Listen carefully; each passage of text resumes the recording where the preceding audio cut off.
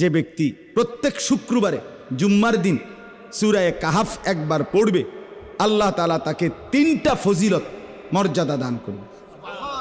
নবীজি সাল্লাল্লাহু আলাইহি সাল্লাম বলছেন, 1 নাম্বার, এই সূরা পুরাটা যে পড়বে শুক্রবার দিন, আল্লাহ তাআলা তার জমিন থেকে মানে তার পায়ের নিচ থেকে 7 আসমান পর্যন্ত তার জন্য পুরাটা জায়গা নূর আলোকিত করে দিবে।